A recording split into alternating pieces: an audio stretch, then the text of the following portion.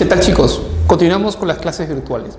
Ahora vamos a hablar de Karl Marx o Carlos Marx y para ello tenemos que recordar brevemente a un filósofo que lo antecedió, un idealista clásico alemán, el máximo exponente de esta vertiente. Me refiero a Federico Hegel. Recuerda que Hegel escribe la famosa obra La fenomenología del espíritu, ¿cierto? Y en esta obra Hegel lo que hace es describir la evolución de la conciencia, cómo la conciencia evoluciona, cómo la conciencia se desarrolla progresivamente desde una etapa natural, de una conciencia natural e ingenua, hasta llegar a una etapa de la conciencia madura, la conciencia filosófica, la conciencia refleja. En ese tránsito, en ese proceso de desarrollo progresivo de la conciencia, atraviesa pues procesos triádicos, es decir, etapas que van a ser siempre de tres momentos, ¿no? La tesis, la antítesis y la síntesis van a estar presentes siempre en la concepción filosófica de Hegel, el sistema filosófico hegeliano, ¿ok? Ese despliegue, ese desarrollo, justamente el proceso de despliegue triádico vendría a ser la dialéctica, ¿cierto? La tesis, la antítesis y la síntesis, la afirmación, luego viene la negación de la afirmación, luego la negación de la negación de la afirmación, el en sí, el fuera de sí, y el en sí y el para sí. Bien, habría que detenernos antes de entrar a Marx para vincular a Hegel con Marx en un capítulo muy importante de la fenomenología del espíritu que se titula La dialéctica del Señor y el Siervo. En este capítulo Hegel define la dialéctica del Señor y el Siervo, o del amo y el esclavo, como la lucha por el reconocimiento entre dos conciencias, entre la conciencia señorial y la conciencia servil. Entonces se enfrentan ambas conciencias en una lucha por el reconocimiento. Bien, esta lucha por el reconocimiento es una lucha a muerte, dice Hegel, entre estas dos conciencias, ¿ok? Ahora, lo que ocurre es algo muy interesante. En esa disputa entre las conciencias, en esa lucha entre las conciencias, ocurre que las conciencias invierten sus roles, cambian sus roles. Las conciencias están en movimiento, van a cambiar sus roles, y eso quiere decir que la conciencia señorial, que es la conciencia dominante, deviene en una conciencia dominada, en una conciencia servil. Y la conciencia servil deviene en una conciencia señorial, en una conciencia dominante. ¿Estás entendiendo? Entonces invierten sus roles, cambian sus roles, invierten sus papeles y se da la dialéctica en el sentido o en términos de movimiento, de cambio, de devenir. Bien. Entonces, ese cambio que vamos a notar en este capítulo de la dialéctica del Señor y Siervo es muy importante, porque Marx lo que hace es leer a Hegel, pero desde otras claves, desde una clave materialista, filosófica materialista, y de un enfoque sociológico muy importante y económico muy importante. Entonces, para Marx, estas conciencias de las que hablaba Hegel, estos sujetos ideales, para Marx vendrían a ser clases sociales. Las clases sociales en los diferentes modos de producción a lo largo de la historia. Entonces no son conciencias o sujetos ideales desprovistos pues de un contexto social e histórico, sino que en realidad son clases sociales, y la lucha entre las clases sociales y ya no entre las conciencias vendría a ser el motor de la historia de la humanidad. ¿Ok? Ahora, otro aspecto muy importante del vínculo entre Marx y Hegel, cómo es que Marx se apropia de la herencia hegeliana, de los planteamientos de Hegel, sobre todo de la dialéctica, ¿ya? La dialéctica es el aspecto más revolucionario de la contribución hegeliana, no es el sistema hegeliano, diría Marx o los marxistas, sino es la médula, es el método. El método es el aspecto revolucionario, no el sistema. El sistema es un sistema cerrado, metafísico, especulativo. Ahora bien, Marx se adhiere, después de la muerte de Hegel, se adhiere a un grupo de jóvenes que eran llamados los jóvenes hegelianos. Se forman dos grupos, los hegelianos de derecha y los hegelianos de izquierda. Marx se adhiere a los hegelianos de izquierda, y desde esta línea, desde esta posición, Marx va a justamente defender el proceso dialéctico en la historia de la humanidad. La disputa entre estos dos grupos o líneas, derecha e izquierda, tenía que ver con la posición o la concepción conservadora que tenían los de derecha frente a los de izquierda. Los de derecha consideraban que el espíritu objetivo alcanzaba su materialización y su realización plena en el Estado prusiano-alemán. Defendía un régimen histórico, un régimen político histórico determinado. Entonces, esa defensa de este régimen los convierte en conservadores y no están entendiendo que el espíritu objetivo sigue su trayectoria, ¿ya?, de manera progresiva y no termina y no acaba y no culmina con el Estado prusiano-alemán. Entonces, Marx más bien lo que va a defender es que ese espíritu objetivo continúe en su despliegue y no es que culmine en un determinado régimen social y político dentro del sistema capitalista. Por el contrario, Marx lo que va a pensar es que este modo de producción capitalista va a engendrar sus propias contradicciones y esas contradicciones van a generar un cambio y un ingreso a un nuevo sistema social, al comunismo, pero antes de ingresar al comunismo hay una etapa transitoria que es el socialismo. Entonces, Marx rescata eso, la dialéctica, y algo también muy importante que no podemos olvidar es que Marx, cuando se refiere a Hegel, un filósofo idealista, Marx lo que dice es que Hegel estaba de cabeza, y de algún modo lo que Marx hace con Hegel es ponerlo de pie. ¿Por qué estaba de cabeza? ¿Cómo se entiende esta metáfora? Estaba de cabeza porque es un idealista. Lo que ocurre es que los idealistas miran el mundo al revés, tienen una conciencia invertida del mundo, de la realidad. Eso es lo que dice Hegel, diré Marx, de los idealistas. Entonces Hegel justamente veía el mundo al revés, propio de los idealistas. Entonces habría que colocar a Hegel de pie o ponerlo de pie. Eso significa apropiarse del aporte más importante de Hegel, es decir, la dialéctica, y traer esa dialéctica ¿a dónde? Al materialismo. ¿Ya? Traer esa dialéctica y situarla dentro del materialismo. Y eso se va a convertir en el materialismo dialéctico y también en el materialismo histórico. Entonces, esa justamente es la operación que lleva a cabo Marx con Hegel. ¿Qué es lo que hace Marx con Hegel? O los usos que se hacen de Hegel. En este caso Marx lo que hace es invertirlo. Por eso Marx también es conocido como el filósofo de las inversiones. ¿Ok? Eso es muy importante. Profesor, ¿quién fue Marx? Marx fue un filósofo alemán, ¿ya? Que nace pues en Treveris, 1818-1883. Y este filósofo en realidad no estudió filosofía, estudió leyes, derecho, jurisprudencia. Su padre pues era abogado y le recomendó a Marx que estudiara derecho, que era lo que más le convenía. Entonces Marx obedece a su padre y estudia leyes en la universidad, culmina la carrera en la universidad, se gradúa, pero se gradúa con una tesis no de derecho, sino una tesis sobre filosofía. La tesis con la que se gradúa es una tesis sobre materialismo filosófico.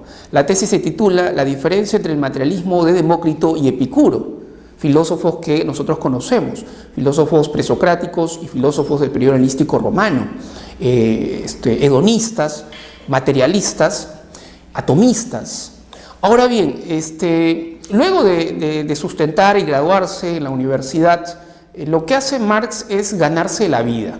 Y se va a ganar la vida como periodista. Él no ejerce las leyes, la abogacía, sino que se gana la vida como periodista. Escribe en periódicos, gacetas, revistas, y obviamente no gana mucho dinero. ¿Ok? Marx, antes de terminar la carrera, incluso joven todavía, al empezar ya los estudios, Marx se enamora, como cualquier joven se enamora. Él también tuvo sus momentos pues, de enamoramiento, romanticismo, y se enamora de una jovencita cuyo nombre es Jenny, ¿ya? Jenny Westphalen. Cuentan los biógrafos de Marx que Jenny era la mujer, la chica más codiciada de todo Treveris. En todo Treveris era la más codiciada, era hermosa y era muy inteligente, y muchos hombres querían casarse con ella. Y hombres de diferentes edades tocaban la puerta de la casa de Jenny ofreciéndole la dote. Eran pues millonarios, hombres viejos que querían casarse con ella. Y Jenny choteaba a todos los choteaba. Y entonces, ¿cómo es que se enamora de Marx? Es curioso, Marx es menor que ella por varios años, o sea, ella era mayor que Marx. Y ella era la amiga de las hermanas de Marx, que obviamente Marx conoce en la casa, ¿no?, cuando van a visitar a sus hermanas. Pero Marx era un joven precoz en el sentido de que a temprana edad Marx tenía un bagaje intelectual asombroso. Leía los clásicos griegos, literatura y filosofía griega, y además pues escribía poemas, escribía ensayos a los 17 años. Esto es lo que de algún modo va a impactar en Jenny y logra enamorarla. Se enamoran los dos, y su padre pues le dice a Marx que si quiere casarse con ella primero tiene que terminar la carrera, y eso es lo que hace Marx. Termina la carrera, se casa con ella y conforman una familia, ¿ya? Y van a tener hijas. Marx solo va a tener hijas, no va a tener hijos. Incluso algunas de sus hijas mueren producto de enfermedades. Ahora bien, cuando constituyen la familia, te estaba comentando que era periodista y como periodista pues no se gana mucho. Eso que va a traer consigo problemas en el hogar, o sea, no alcanza la plata, y Jenny pues le va a hacer los reclamos. Sin embargo, a pesar de que Marx atravesó, o la familia de Marx atravesó por problemas económicos, Jenny nunca abandona a Marx. Jenny siempre estuvo a su lado, lo acompañó y estuvo apoyando lo que Marx hacía, escribir sus obras y difundir su pensamiento. Lo acompañó toda su vida. Jenny muere 2 años antes que Marx, fíjense. Y obviamente que cuando Jenny muere, Marx está destrozado, está acabado y ya no tiene fuerzas para seguir viviendo. Vive 2 años más, y en esos 2 años más que le quedan a Marx, él sigue escribiendo su última obra. ¿Y cuál es su última obra? El Capital. Lamentablemente no culmina la obra, en vida publica el primer tomo, los otros 2 tomos, porque van a ser 3, los publica su mejor amigo Federico Engels. Federico Engels también va a jugar un papel muy importante en la vida de Marx, porque va a ser su amigo y además va a ser su ángel financiero. Cuando Marx estaba misio, Engels siempre lo apoyaba económicamente, porque Engels tenía dinero. Engels era hijo de un burgués, de un capitalista, de un empresario, dueño de fábricas, industrias, textiles. Entonces había dinero de por medio y podía apoyar a Marx sin ningún problema, y eso es lo que hace Engels. Entonces esto le permite a Marx en determinados periodos de su vida poder dedicarse íntegramente a estudiar y a escribir sus obras. Ahora bien, se dice que Marx también era una apátrida. Significa que no tenía patria, porque él, como escribía en los periódicos, en las gacetas, en las revistas, él escribía con un lenguaje virulento. Él hacía análisis muy críticos, y estos análisis críticos que hacía Marx a la sociedad feudal, pues incluso a la iglesia y a los burgueses, esto le va a generar pues que Marx pierda su trabajo, pierda su empleo, y lo despidan y lo expulsen incluso de Alemania. Marx va a ser expulsado de Alemania. Marx viaja a otros países, Francia y otros países, Inglaterra, y lo expulsan de todos los países. En ningún país quieren a Marx. Marx es sumamente peligroso por su manera de pensar, por su lenguaje, por su verbo, por sus escritos, y entonces pues lo botan de diferentes países. Es prácticamente desterrado muchas veces, pero siempre Jenny estuvo a su lado acompañándolo y apoyándolo, al igual que Federico Engels. ¿Ok? Esto es muy significativo en la vida de este filósofo y además científico social, porque sabemos que, como te estaba comentando, estudió Derecho, pero eso no implicó que Marx no estudiara otras disciplinas científicas o filosóficas. Él leyó y estudió de todo. Cuando viajó a Inglaterra, lo primero que hizo es visitar las bibliotecas de Inglaterra, las más actualizadas.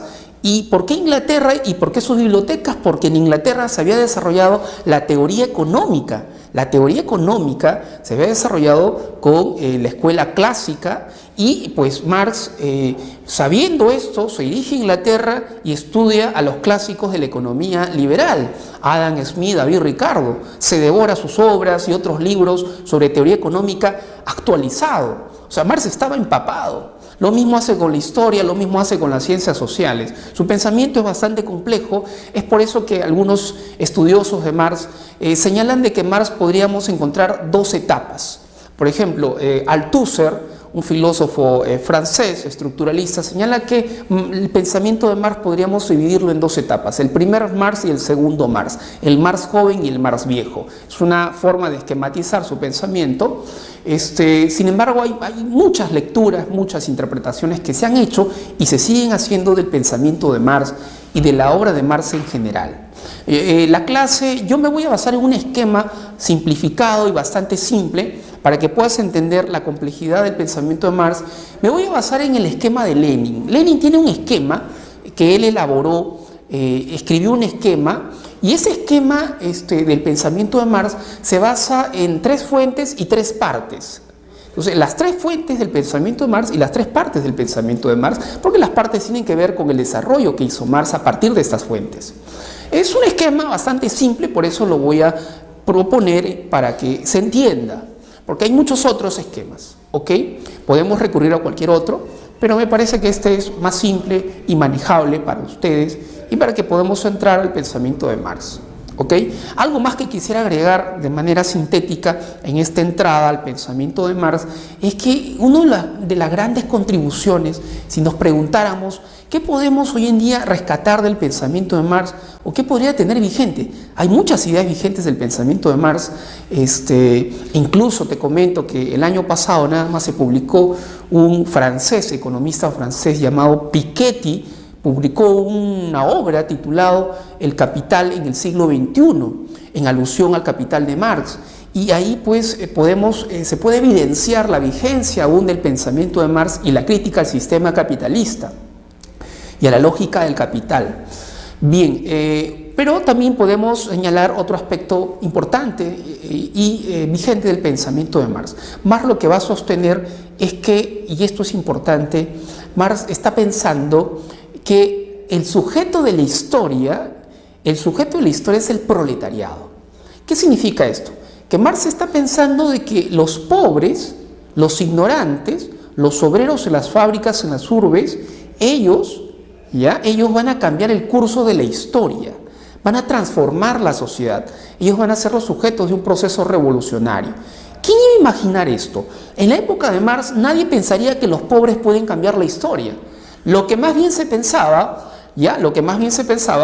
era que los intelectuales, los científicos, los que van a la universidad son los que van a cambiar la historia, van a cambiar la humanidad con sus ideas, pero no los pobres, no los oprimidos del mundo. Ellos no tendrían por qué cambiar la historia. ¿Y cómo lo harían también?